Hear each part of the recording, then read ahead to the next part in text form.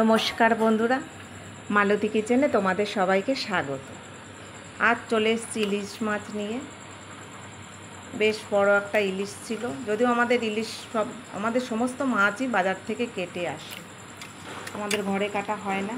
আর এই মাছের দেখো ডিম হলে ভাজা খেতে কিন্তু ভীষণ ভালো লাগে। আর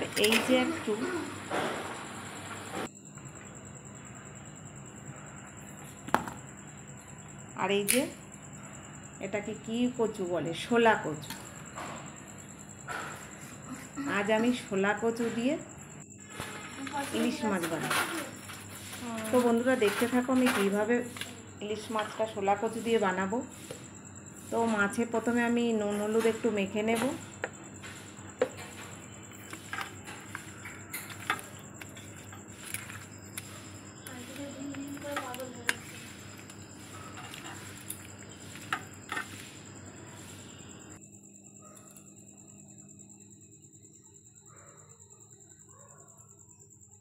বেশ একটু ভালো করে মেখে নিচ্ছি, আর বেশ কিছুটা হলুদ দিয়ে দিয়েছি, এবং সাদা সাদা ভালো লাগে না। এবার কড়াইতে তেল দিয়ে দিয়েছি, মাছও দিয়ে দিলাম।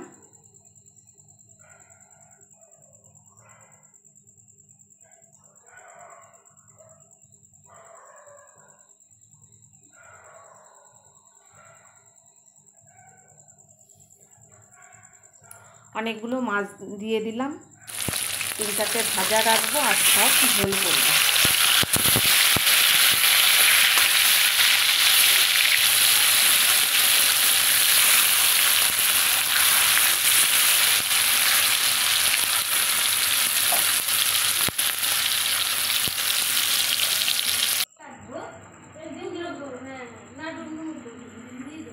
দেখো মাছগুলো আমার ভাজা হয়ে গেছে। এখানে 4 পিস ভাজা আলাদা তুলে রেখেছি, আর বাকিটা ঝোল করব। এবার কালো জিরে ফোড়ন দিয়ে দিলাম। ইলিশ মাছে কিন্তু ওই কালো জিরে ফোড়নটাই বেশি ভালো লাগে।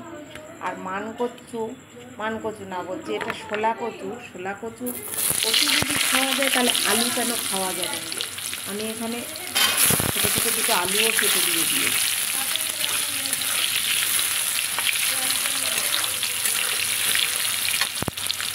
প্রথমে আলুটা একটু নেড়ে নেব,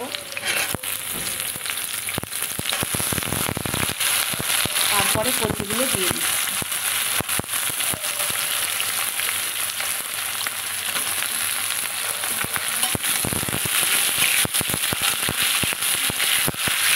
কচুটা দিয়ে একটু ভালো করে নেড়ে নিতে হবে।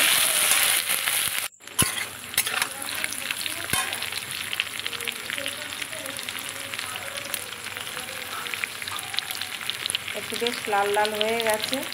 এবার এখানে নুন দিয়ে দিচ্ছি, হলুদও দিয়ে দিচ্ছি।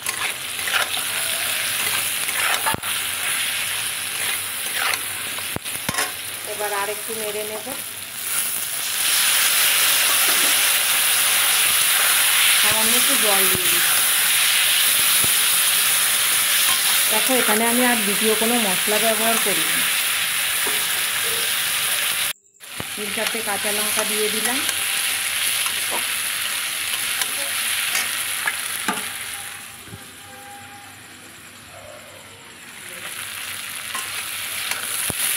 আর এই যে একটা তেল পটকা মতন ছিল ইলিশ মাছের, যেটা থাকে, আমি এই যে কচু যখন নাড়ছি ওর মধ্যে দিয়ে একটু ভালো করে নেড়ে নিচ্ছি। এটা আলাদা করে ভাজিনি, ভাজতে গেলে হয়তো তেলটা কালো হয়ে যেত। হয় সাধারণত একটু তেলটা কীরকম যেন কালো হয়ে যায়, কিন্তু তেতো লাগে না। এবার জল দিয়ে দিলাম।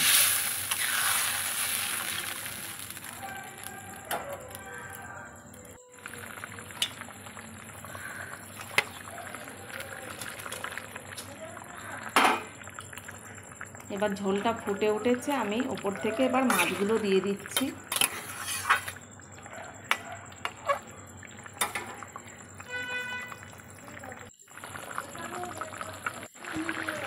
তা বন্ধুরা, এই শোলা কচু দিয়ে ইলিশ মাছ কে কে খেয়েছো